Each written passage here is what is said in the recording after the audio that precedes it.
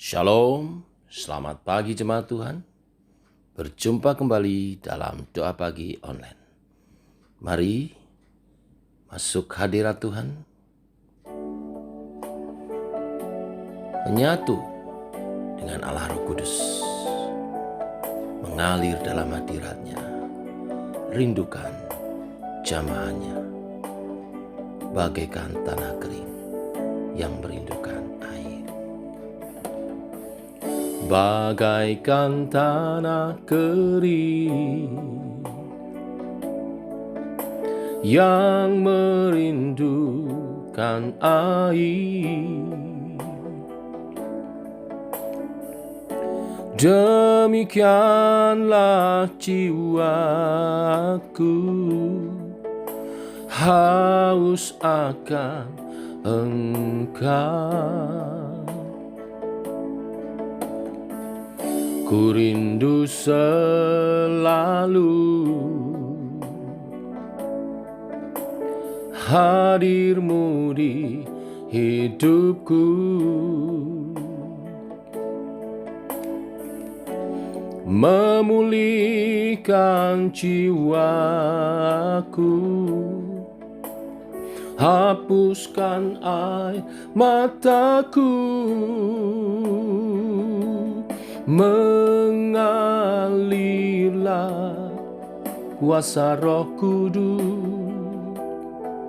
mengalirlah di tempat ini, mengalirlah, oh Roh Kudus, pulihkanku.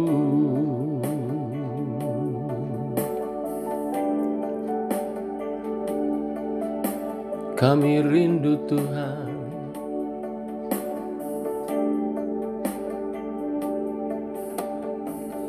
ku rindu selalu hadir-Mu di hidupku, oh, memulihkan jiwaku,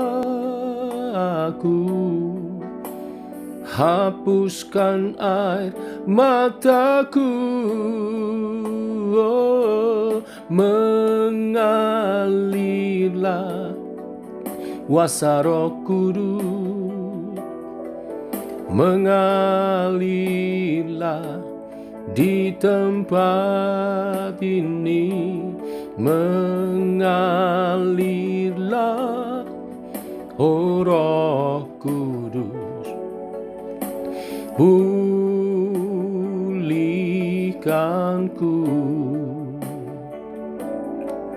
mengalirlah kuasa Roh Kudus, mengalirlah di tempat ini, mengalirlah, oh Roh Kudus, di hidupku.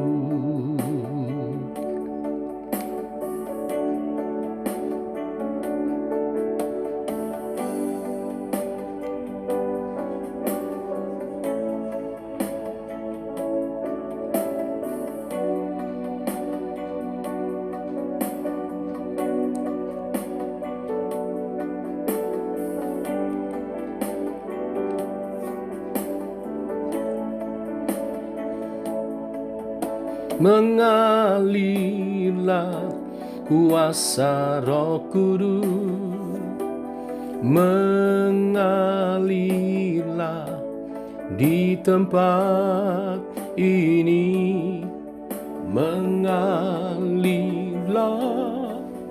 oh Roh Kudus, pulihkanku, pulihkanku,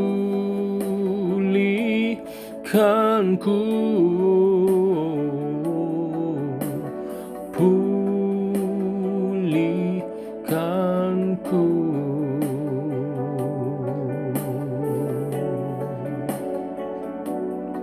Pulihkan kami Tuhan dengan kuasa Roh Kudus.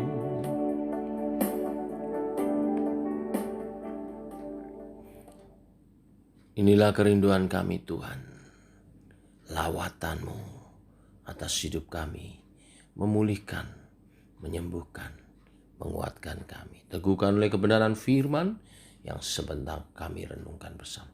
Dalam nama Tuhan Yesus kami berdoa, kami bersyukur.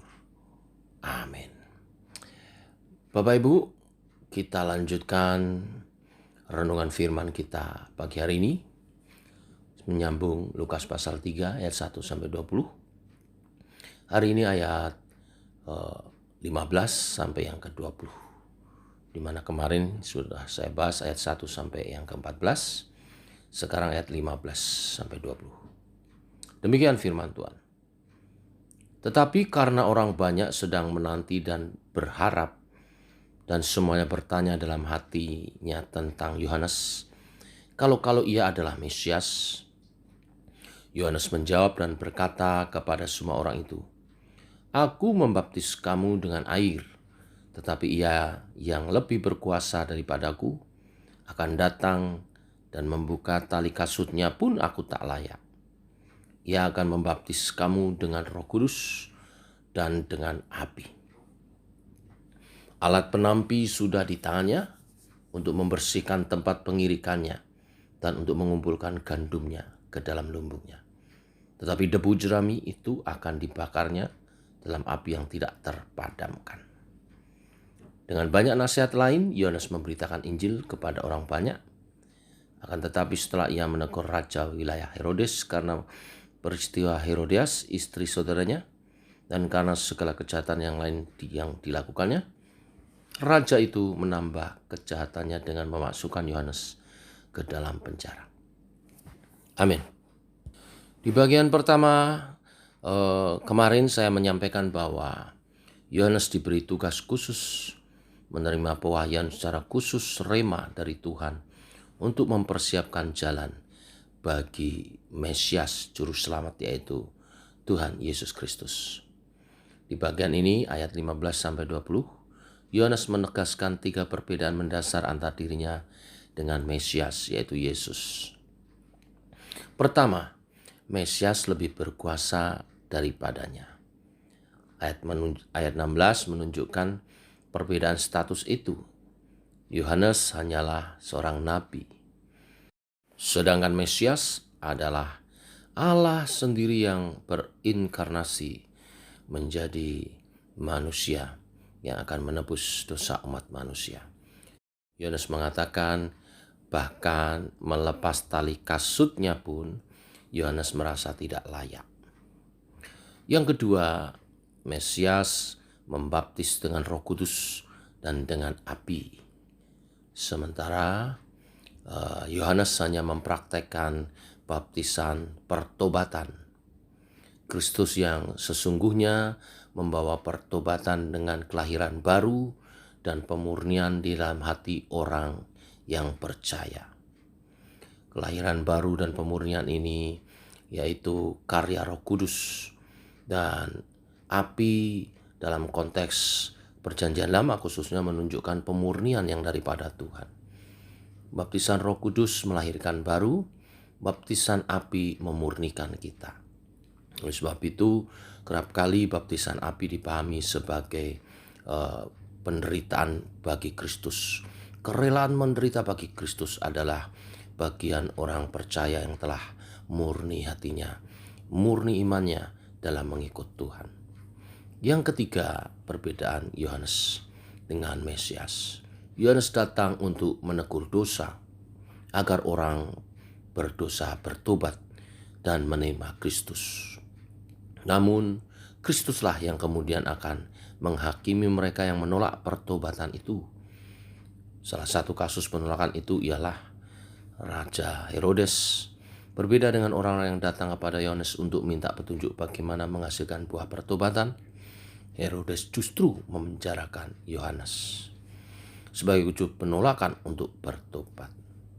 Yohanes menjalankan fungsinya sebelum Kristus datang dengan mempersiapkan generasi untuk menyambut Sang Juru Selamat.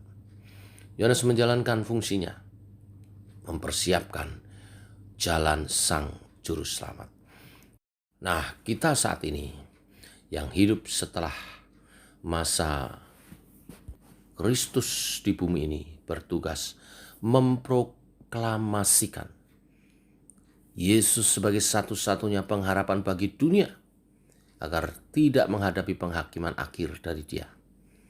Sebaliknya, dengan bertobat dan memberi diri diselamatkan oleh Kristus, orang akan mengalami pembaharuan dan pemurnian hidup. Mari kita bertekad untuk menjalankan panggilan mulia ini dengan menyatakan amanat agung Tuhan. Pergilah, jadikan semua bangsa muridku. Ajar mereka melakukan apa yang kuperintahkan dan baptiskan mereka dalam nama Allah Bapa, Putra, dan Roh Kudus. Dan Tuhan akan menyertai kita sampai kesudahan zaman. Inilah berita firman hari ini. Tuhan memberkati. Amin. Mari kita berdoa. Bapa, kami mengucap syukur untuk hari yang baru. Hari ini limpah dengan berkat-Mu. Terima kasih Tuhan, kami bangun dalam keadaan sehat. Terima kasih untuk segala berkat Tuhan. Terutama Engkau memberikan kami Putra Tunggal-Mu Yesus Kristus Tuhan, Juru Selamat kami. Sungguh kami bersyukur anugerah terbesar umat manusia kami telah menerimanya dan kami telah diselamatkan. Mengenal Yesus adalah hal yang terindah dalam hidup setiap orang percaya. Hari ini kami mau belajar seperti Yohanes Pembaptis yang menerima rema dari Tuhan untuk mempersiapkan jalan bagi kedatangan Tuhan Yesus sebagai Tuhan dan Juru Selamat. Di akhir zaman ini tugas kami memproklamarkan keselamatan hanya ada dalam Kristus. Kami mau bekerja dengan waktu memberitakan Injil keselamatan ini kepada saudara, handetolan, siapapun yang boleh kami temui. Secara khusus mulai dari keluarga kami, Yerusalem kami masing-masing, untuk kami beritakan. Kami ingin setiap anggota keluarga kami diselamatkan. Kami rindu orang tua kami rindu anak-anak kami rindu cucu-cucu kami, semua mengenal Yesus sebagai Tuhan dan Juru Selamat. Tolonglah kami Tuhan untuk dapat memberitakan kebenaran firman-Mu. Allah Roh Kudus, bekerjalah di antara keluarga kami, sehingga tidak ada satupun mereka boleh menolak, tetapi menerima Yesus, sehingga mereka diselamatkan dan beriman kepadamu. Terima kasih Tuhan. Kami berdoa untuk setiap keluarga umat-Mu, supaya tangan Tuhan menyertai melindungi. Kami berjalan dalam terang kasih-Mu, dalam ketaatan kami, beribadah dengan setia. Di masa akhir zaman ini, kami makin mendekatkan diri kepada Tuhan di dalam iman percaya kepadamu Tuhan. Pimpinlah, tuntunlah kami Tuhan dalam kebenaran firman-Mu, melangkah dalam rancangan-rancangan-Mu yang indah, yang Kau rancangkan damai sejahtera bagi setiap umat-Mu Tuhan. Berkatilah para suami, berkatilah para istri, berkati anak-anak kami, sehingga kami dapat Tuhan menyatakan kemuliaan Tuhan melalui keluarga yang bersatu hidup dalam kasih dan mencerminkan kemuliaan Tuhan. Berkati cita-cita kerinduan setiap keluarga yang sedang berdoa, memohonkan sesuatu yang rindu untuk dapat memiliki anak. Tuhan berkati buah kandungannya sehingga boleh mendapatkan anak yang dirindukan. Yang telah memiliki anak, beri hikmat dalam takut akan Tuhan, mendidik mereka bertumbuh dalam iman percaya kepadamu. Berkati masa depan anak-anak kami semua Tuhan, di dalam terang kasih-Mu, di dalam rencana dan rancangan-rancangan-Mu yang damai, sejahtera, dan indah itu Tuhan. Kami juga berdoa sebagai keluarga ilahi dalam gereja Tuhan, kami dipersatukan dalam kasih Tuhan, saling membangun di dalam Engkau Tuhan. Kau sebagai kepala dan kami sebagai anggota-anggota tubuh, saling membangun bersatu untuk kemuliaan Tuhan dinyatakan, untuk memajukan gereja Tuhan, untuk kerajaan Allah dinyatakan melalui persekutuan kami bersama. Terima kasih Tuhan. Tuhan berkati usaha pekerjaan setiap keluarga umat-Mu, sehingga juga dapat mendukung pekerjaan Tuhan lebih diluaskan lagi. Terpuji namamu Tuhan.